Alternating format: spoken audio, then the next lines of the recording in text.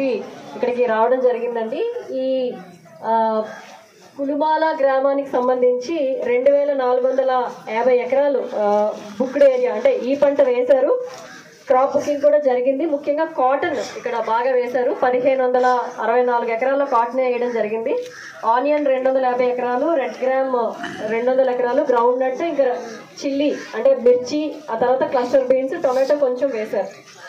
So మెయిన్గా ఇక్కడికి నేను వచ్చిన తర్వాత ఫస్ట్ నాకు ఈ జిల్లాలో ఆహ్వానం పలికింది ఆనియన్, ఉల్లి ఇష్యూ చాలా ఇబ్బందిగా ఉంది అని చెప్పి, ఎందుకు జరిగింది అని చెప్పి మనం డీటెయిల్స్లోకి వెళ్తే కిందటి సంవత్సరం ఉల్లికి చాలా ధర వచ్చింది. దానివల్ల అందరూ కూడా ఉల్లి వేసేసారు. మొత్తం అంతా కూడా ఎక్కువ శాతం ఉల్లి వేయడం జరిగింది.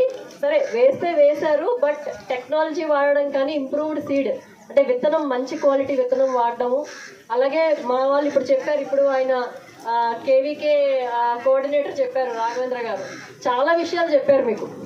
సో అవన్నీ పాటిస్తేనే మనకి ఎప్పుడైనా ధర అనేది వస్తుంది.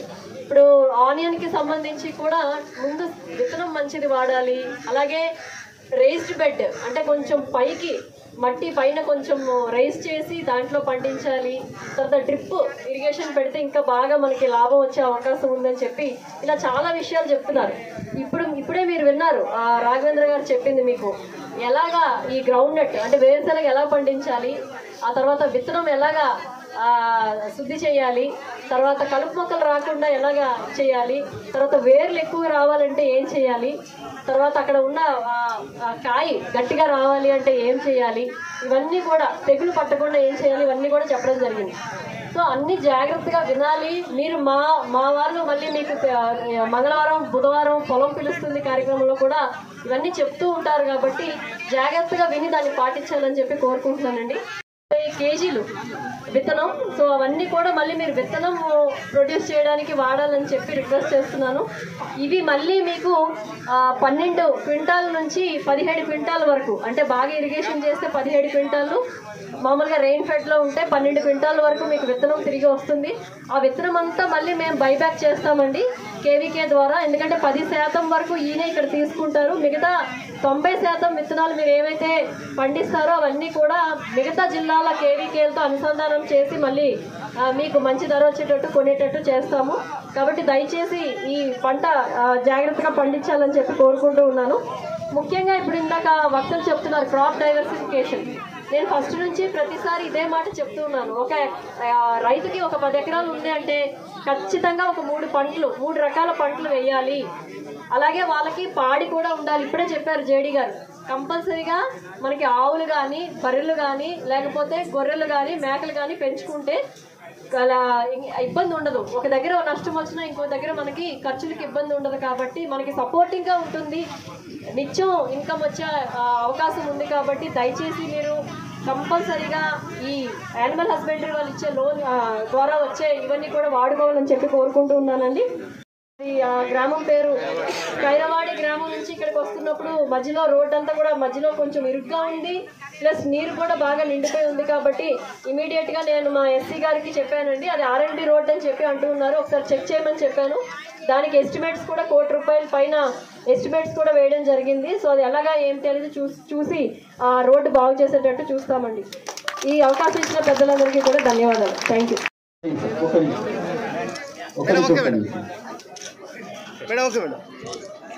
కాబట్టి ఒక 16 to 17 క్వింటాల్స్ మినిమం ఇల్లు వస్తుంది మేడం. మనకి ఇంకో అడ్వాంటేజ్ ఏంటంటే K6 రకాలు మీరు వేసే ట్యాగులు ఏంటంటే వర్షాలు పడితే మచ్చ ఎక్కువ వస్తుంది. మచ్చ కానీ నెక్స్ట్ మనకి కాలరాట్ అంటే మొదలు కుళ్ళు తెగులు ఎక్కువ వస్తుంది. అదే మనం ఇచ్చే 1694 రకం ఏంటంటే మీకు ఇక్కడ దీనిలో ఈ మచ్చను తట్టుకునే ఈ మాలిక్యులర్ స్ట్రెయిన్స్ మనకి ఇక్కడ ఇంజెక్ట్ చేయడం జరిగింది. కాబట్టి మీకు ఇది ఆకుమచ్చ తెగుల్ని, మొదలు కుళ్ళు తెగుల్ని, నెక్స్ట్ 70 రోజులప్పుడు కూడా వానలు పడతాయి. కాండం బూజు తెగులు ఎక్కువ వస్తుంది. మనకి కాండం కాడ తెల్ల బూజు వస్తుంటుంది. అటువంటి కాండం బూజు తెగులు కూడా వెరైటీ తట్టుకుంటుంది మేడం మనకి.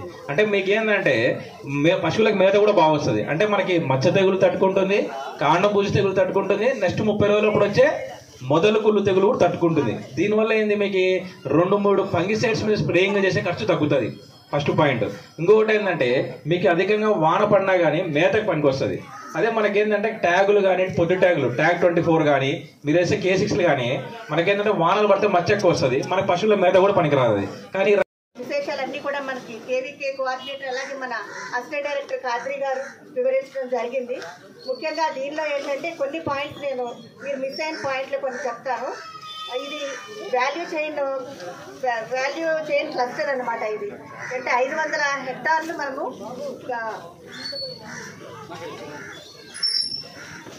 రబీలో ఏంటంటే మనము ఈ గ్రౌండ్ నట్ని సీడ్ అంటే గ్రౌండ్ నట్ ఏరియాను పెంచడము, అట్లాగే మంచి సీడ్ ఉత్పత్తి చేయడం అనే దాని మీద, అలాగే నూతన వంగడాలని ప్రమోట్ చేయాలనే దాని మీద మనం ఇక్కడ బోనిగండ్లను మనము సెలెక్ట్ చేసుకోవడం జరిగిందండి.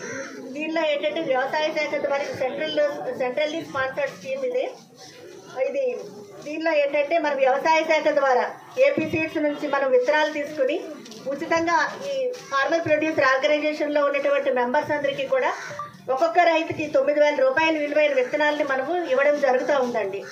ఈ విత్తనాలను ఏంటంటే మీరు తప్పనిసరిగా పొలంలో వేసుకోవాలి. దాన్ని క్రాప్ బుకింగ్ చేస్తాము. దాన్ని వేరే రకంగా వాడుకోకూడదు. విత్తనాలను విత్తనాలుగా వాడుకోవాలి. దాని నుంచి మనము పంట దిగుబడులు పొందాలి. దాన్ని మళ్ళీ విత్తనంగా ఉపయోగించుకోవాలి.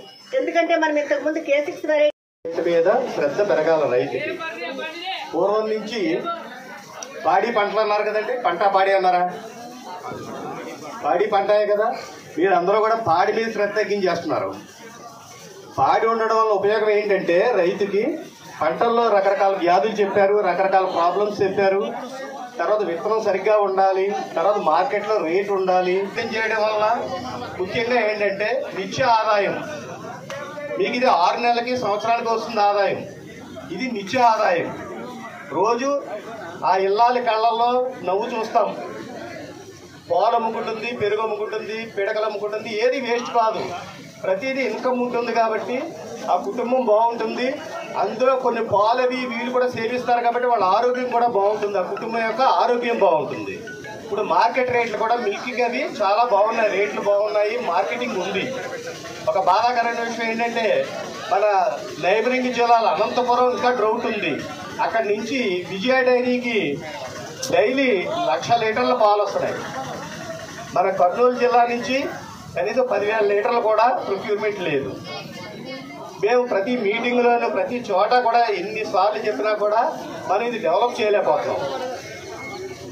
అందువలన మీ రైతు సోదరులందరూ కూడా పాడి పశువుల మీద కూడా శ్రద్ధ పెట్టి, మరి నేను ఆంధ్ర ఏరియా నుంచి వచ్చాను. మా ఆంధ్ర ఏరియాలో ప్రతి రైతు కూడా ఒక పాడి గేదె, 2 మేకలు, 4 కోళ్ళు ఇవన్నీ మెయింటైన్ చేస్తారు. అందువల్ల ఏంటి రోజు కోడిగుడ్లు ఉంటాయి.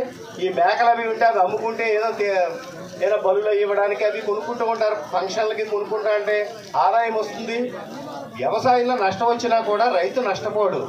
మీకు సేంద్రియ ఎరువు కూడా దొరుకుతుంది. వ్యవసాయానికి వేసుకోవడానికి సేంద్రియ ఎరువు దొరుకుతుంది.